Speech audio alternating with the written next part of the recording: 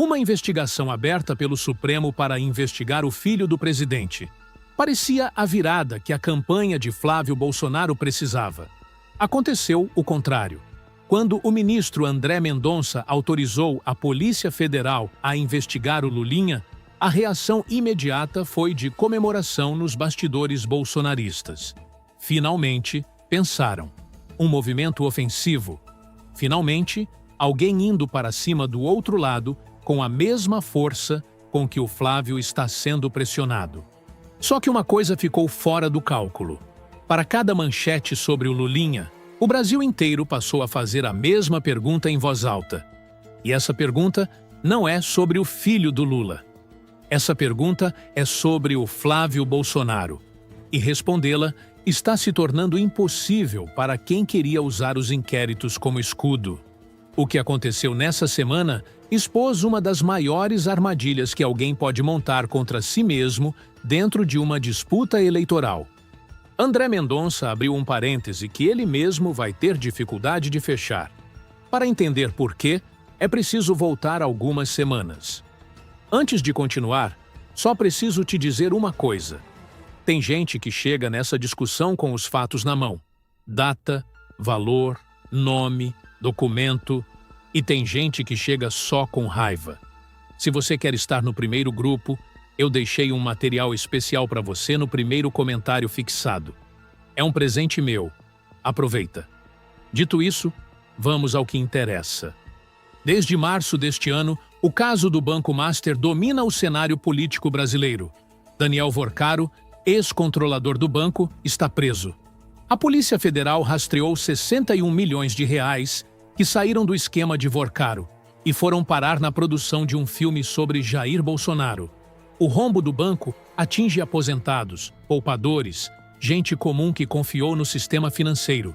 E no centro dessa história, com áudios, com mensagens e com dinheiro documentado, está o nome de Flávio Bolsonaro. Quando as gravações vieram a público pelo portal The Intercept, mostrando Flávio em contato direto com Vorcaro, cobrando pagamentos pela produção do filme, o senador negou. Olhou para a câmera e disse que era mentira. Dias depois, encurralado pelas evidências, mudou o discurso. Admitiu que tinha buscado o financiamento, mas tentou enquadrar isso como uma operação privada legítima. A Polícia Federal não comprou a explicação. A investigação contra Flávio corre por lavagem de dinheiro, evasão de divisas e corrupção. O rastreamento é internacional e foi nesse contexto, com o peso desse caso sobre os ombros, que André Mendonça decidiu autorizar 2 inquéritos contra o Lulinha. O primeiro, suposto tráfico de influência envolvendo uma empresa ligada ao careca do INSS junto ao Ministério da Saúde. O segundo, suspeita de que um empresário teria bancado viagens do filho do presidente em troca de favores junto à Dataprev. A manchete foi pesada. Filho do Lula investigado por tráfico de influência no gabinete presidencial. A imprensa repercutiu inteira.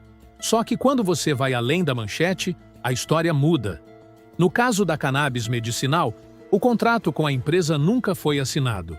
A empresa nunca foi aberta. A reunião no gabinete presidencial nunca aconteceu. Os representantes do careca do INSS nunca pisaram lá.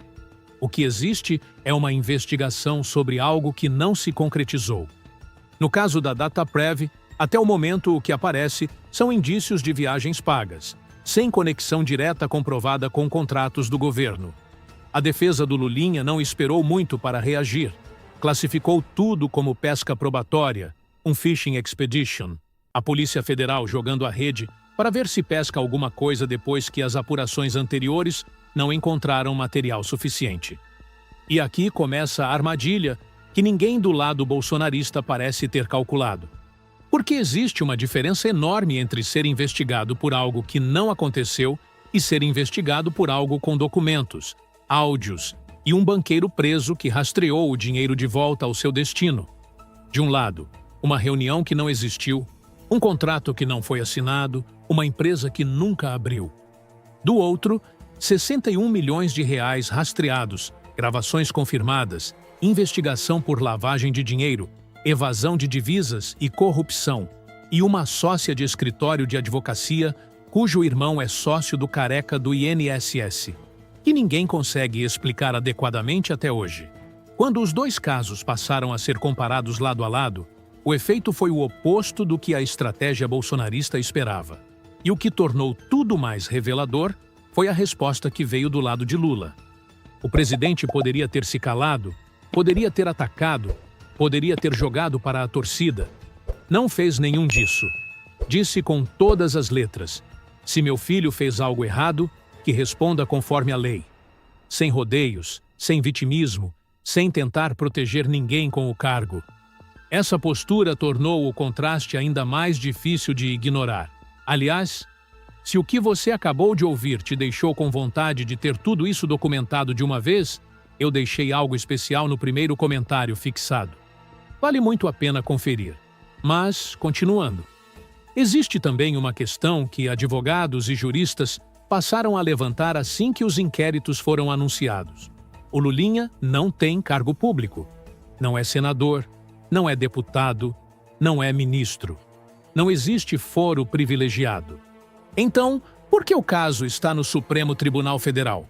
Por que é o ministro André Mendonça quem autoriza a investigação, e não um juiz de primeira instância com o Ministério Público de primeiro grau? Quando um procedimento sai do caminho normal, sem justificativa clara, a pergunta que surge é sempre a mesma. Quem quer controlar a narrativa e por quê? Há quem interprete o movimento de André Mendonça como uma tentativa de equilibrar a cena. Ele está indo para cima do Flávio Bolsonaro em função do caso Vorcaro. Para blindar essa postura contra acusações de parcialidade, precisaria mostrar que também vai para cima do outro lado. A lógica, na teoria, fecha. O problema é que, para funcionar, os dois casos precisariam ter o mesmo peso. E não tem. Porque no caso do Flávio, existe um detalhe que ainda não recebeu a atenção que merece. Mesmo com busca e apreensão realizada, mesmo com a investigação em andamento, a sócia do escritório de advocacia, usado para receber o dinheiro do Vorcaro, quase não aparece no noticiário com o mesmo destaque dado ao Lulinha.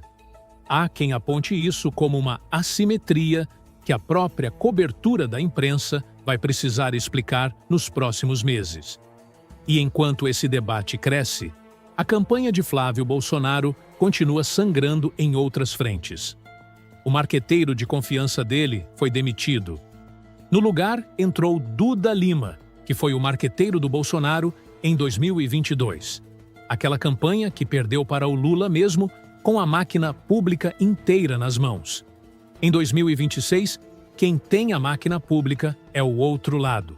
O candidato do Duda Lima agora não tem nem aliados. E existe um detalhe sobre essa troca que ninguém está olhando com atenção suficiente. Duda Lima não é homem de confiança do Flávio. Ele é homem de confiança do Valdemar Costa Neto, presidente do PL. E o fundo eleitoral do PL para 2026 é de 881 milhões de reais, quase 1 bilhão. Quem decide como esse dinheiro circula é Valdemar. Valdemar Costa Neto foi preso por corrupção, cumpriu pena, voltou à presidência do partido como se nada tivesse acontecido. Já foi investigado por usar dinheiro do fundo partidário para pagar aluguel de imóveis que pertencem a ele mesmo, por valores muito acima do mercado. Não é boato, é histórico documentado. Agora, esse mesmo Valdemar controla quase 1 bilhão de reais, colocou o marqueteiro de sua confiança no comando da comunicação da campanha presidencial e pressiona por mais 300 milhões em doações privadas para complementar. E no meio de tudo isso, Flávio Bolsonaro gravou um vídeo pedindo Pix para os seguidores. O partido tem 881 milhões de reais em fundo eleitoral. O candidato à presidência está pedindo contribuição individual nas redes sociais. As pesquisas completam o quadro. A única que ainda colocava Flávio na frente do Lula era a Vox Brasil. Em maio, mostrava 3 pontos de vantagem. Em julho, o Lula subiu 2,2 pontos nessa mesma pesquisa. Flávio caiu 1,7. A diferença saltou quase 4 pontos em um único mês. A última trincheira caiu. Nos trackings internos do PT, pesquisas diárias que não são públicas, o Lula já apareceu em alguns dias com 50% dos votos válidos. Vitória no primeiro turno. Se isso se consolidar, não existe segundo turno, não existe plano de virada e não existe mais nenhuma saída dentro da corrida presidencial. É por isso que dentro do PL, o cenário que antes parecia impensável agora circula em voz baixa. A possibilidade de Flávio migrar para uma candidatura ao Senado antes do dia 16 de agosto, quando as candidaturas precisam ser oficializadas. Com a mãe dele, Rogéria Bolsonaro, fora da posição de suplente e o União Brasil rompido, o PL pode lançar 2 candidatos ao Senado. Carlos Portinho seria um deles. O segundo nome que circula nos bastidores do partido é o próprio Flávio. E nessa mesma semana, Michele Bolsonaro se reuniu com Valdemar Costa Neto para discutir o futuro político dela. O que ela quer é ser candidata à presidência, ou, no mínimo, vice na chapa do Flávio. O partido quer que ela concorra ao Senado pelo Distrito Federal. Até agora, a decisão final dependia de um telefonema de Jair Bolsonaro, que está em prisão domiciliar com restrições de comunicação. O destino político da família inteira está preso junto com ele. Voltando à pergunta que deu origem a tudo isso. André Mendonça abriu 2 inquéritos sobre algo que não aconteceu. Uma reunião inexistente, um contrato não assinado, uma empresa que nunca abriu. E ao fazer isso, levantou uma lupa que agora aponta para os 2 lados. Se essa lupa é legítima para investigar o que não aconteceu, que lupa ela vai usar para o que já está documentado? Para os 61 milhões rastreados? Para os áudios que o próprio Flávio chegou a negar e depois admitiu? Para o banqueiro preso que financiou um filme e cuja defesa já sinalizou disposição para falar? Se o tratamento não for pelo menos equivalente, a pergunta de quem controla a narrativa vai seguir sem resposta. E enquanto essa resposta não vem, cada manchete sobre o Lulinha continua fazendo o eleitorado perguntar a mesma coisa. E o Flávio? Essa pergunta não some com um inquérito sem provas. Ela cresce. E com o dia 16 de agosto se aproximando, o tempo para respondê-la com algo concreto está acabando. Antes de fechar, tem gente assistindo esse vídeo agora que amanhã já vai ter essa conversa com alguém da família, no trabalho, no grupo do WhatsApp. E vai, ou sem argumento nenhum, ou com tudo na mão. Eu deixei um presente no primeiro comentário fixado para você não chegar de mãos vazias. Se inscreve, compartilha e até o próximo. Antes de terminar este vídeo, eu quero fazer um convite muito especial para vocês.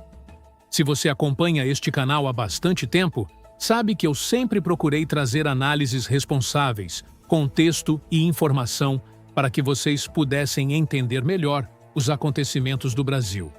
E é justamente pensando em melhorar cada vez mais esse trabalho que eu decidi dar um novo passo. Eu acabei de criar um novo canal no YouTube chamado A Voz Progressista. Esse novo canal nasce com um objetivo muito claro: trazer análises ainda mais completas, vídeos publicados com mais frequência e uma cobertura totalmente dedicada aos principais acontecimentos da política brasileira. Isso não significa que este canal será abandonado. Muito pelo contrário. É apenas o começo de uma nova etapa. Infelizmente, o YouTube não permite que eu compartilhe o link diretamente aqui. Então, eu queria pedir uma ajuda muito simples. Não precisa clicar em nada agora. Abre a barra de pesquisa do seu YouTube aí no celular ou computador e digita exatamente o nome: A Voz Progressista. Repito, A Voz Progressista. Quando encontrar o canal, inscreva-se e assista ao primeiro vídeo que já está publicado. E também já tem alguns vídeos novos publicados lá. Se você gosta do conteúdo que produzimos aqui, eu tenho certeza de que vai gostar ainda mais do que estamos construindo por lá. E, quando chegar ao novo canal, deixe um comentário dizendo qual é o seu nome e de qual cidade você está assistindo. Eu vou fazer questão de ler cada mensagem. Muito obrigado por todo o apoio de vocês ao longo dessa jornada. Espero encontrar cada um de vocês no canal A Voz Progressista, para continuarmos construindo essa comunidade e levando esse trabalho ainda mais longe. Eu te espero lá.